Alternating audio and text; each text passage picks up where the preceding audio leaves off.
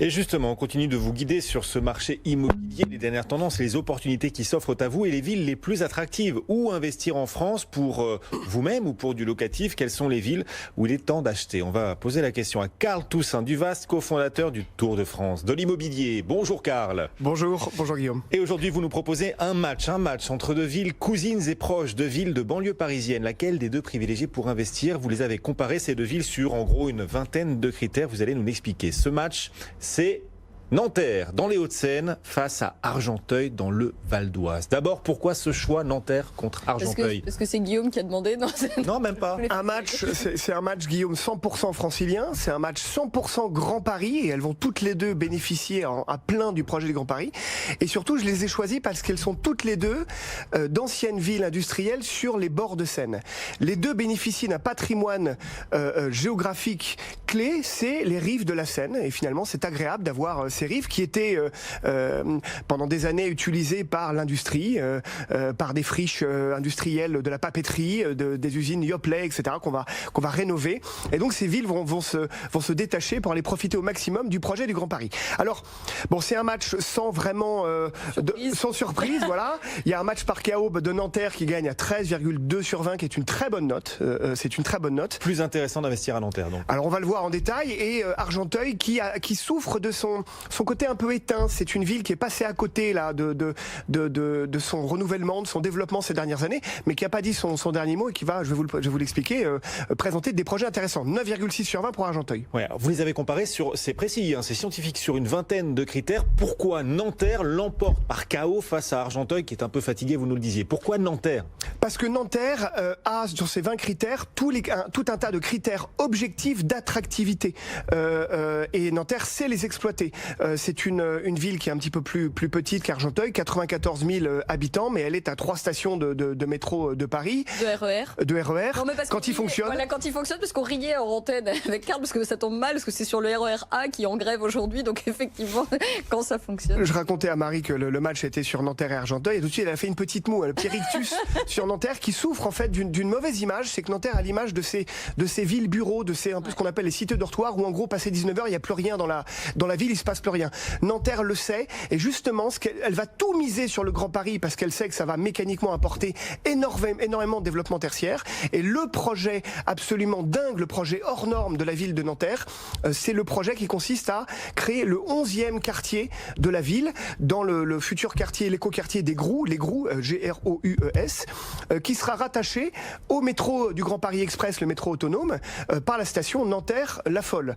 Donc Nanterre-La Folie, excusez-moi. Nanterre-La Folie. Vous confondez, oui. Nanterre-La Folie. Et l'autre, il y a deux stations de métro à Nanterre. Il y a Place de la Boule et Nanterre-La Folie. Ah oui, je sais, ce sont des drôles de noms. Et cette station de métro va accueillir donc le métro autonome du Grand Paris. Et là, c'est 76 hectares, Guillaume. C'est 76 hectares qui vont être complètement réaménagés et développés avec une labellisation écoquartier incroyable. Et donc dans ces 76 hectares qui vont être rénovés, on va avoir notamment 340 000 mètres carrés de logements qui vont être construits, ce qui va représenter 5 000 logements, dont la moitié seront pour des primo-accédants. C'est 12 000 habitants qui vont être accueillis sur les 10 prochaines années. Ça va créer 12 000 emplois, 230 000 mètres carrés de bureaux, 60 000 mètres carrés de commerce. Donc c'est un projet qui est absolument titanesque pour la ville de Nanterre. Bon.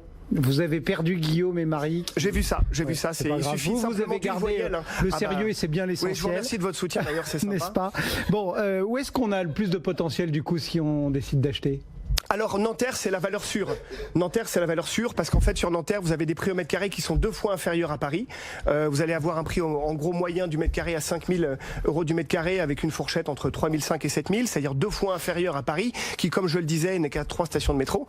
Argenteuil est à 3 000 € du mètre carré. Donc là, on est 3 fois moins cher qu'à Paris. Donc j'ai dans les deux cas un potentiel de revalorisation de ma valeur immobilière significative, sachant que sur les 10 dernières années, Nanterre a déjà augmenté ses prix de 40%, moins de 10% seulement pour Argenteuil. Donc gros potentiel de revalorisation pour la ville d'Argenteuil.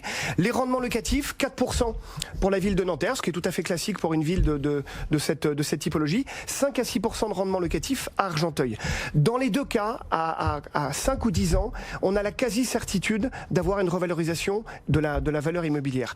Le rendement locatif est un petit peu supérieur à Argenteuil parce qu'il est corrélé aussi aux aléas potentiels de risques locatifs inhérents à la population d'Argenteuil. Valeur plus sûre sur la ville de Nanterre. Mais ce projet de développement de la ville de Nanterre d'Aigrou est un projet absolument majeur et important. Et on est à la bordure avec l'Aigrou entre Nanterre et le quartier de la Défense. C'est vrai, il y a énormément de tertiaires. Et c'est cette mixité d'usage dont on parle tout le temps et qui valorise de plus en plus les villes et les quartiers, à savoir de l'habitat, du logement, du commerce, et on est en plein dedans, et des transports avec le réseau du Grand Paris, vous le disiez. Investissement locatif, Nanterre l'emporte sur Argenteuil. Oui. Achat pour la résidence principale, potentiel de plus-value à terme, parce que tout ça c'est du neuf quand même. Le neuf on l'achète pas gratuitement, ça coûte 20-25% plus cher que l'ancien. On l'achète au prix du neuf, donc assez cher, et on vendra au prix de l'ancien. Il y a quand même un potentiel de plus-value quand on investit dans une ville comme Nanterre où il y a beaucoup de neuf. Alors oui, ce qui est intéressant, c'est que Nanterre a 73% de son parc immobilier qui est occupé par des locataires. Donc ça veut dire quoi? C'est-à-dire clairement, les gens n'ont pas envie d'acheter pour vivre et habiter en tant que résidence principale, c'est de l'investissement. Et ça, Nanterre veut casser cette image.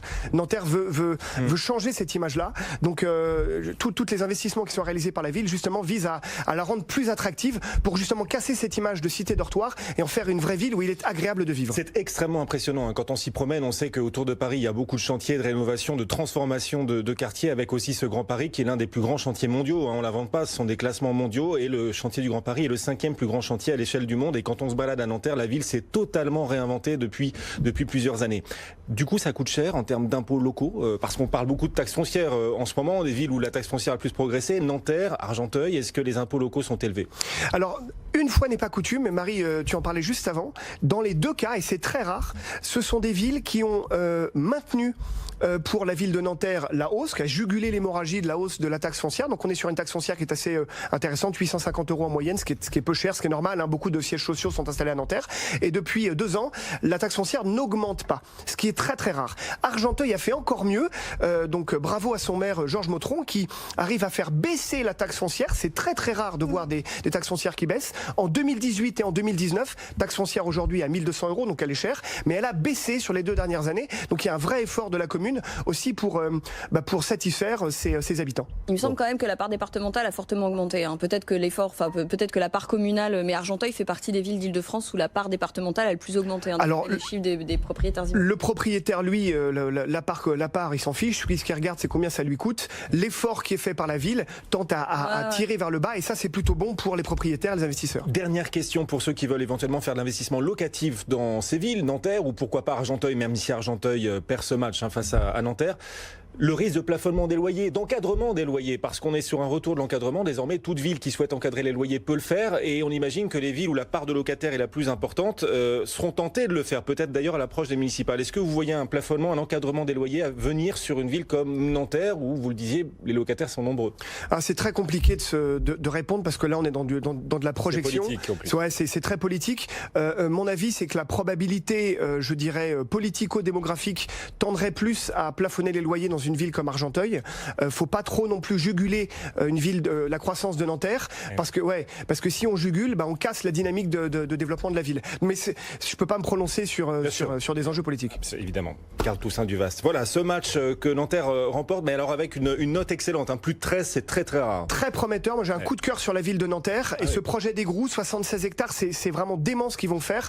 Label écoquartier, énergie positive, réhabiliter complètement les berges de Seine en plantant des arbres, en invitant les habitants à réutiliser ces berges qui étaient aujourd'hui, jusqu'à présent en friche. Il y a un vrai renouvellement, il y a une vraie mutation pour ces deux villes. Nanterre, l'ancienne cité ouvrière, où les bidonvilles étaient nombreux il y a encore 50-60 ans, et qui là est en train de c'est déjà beaucoup transformé Nanterre, et ça va se poursuivre. Merci beaucoup Carl d'être venu nous voir. Carl Toussaint Duvast, toujours très instructif, ce Tour de France de l'immobilier que vous nous proposez régulièrement dans Intégral Placement. Marie, on se retrouve demain pour de nouvelles aventures.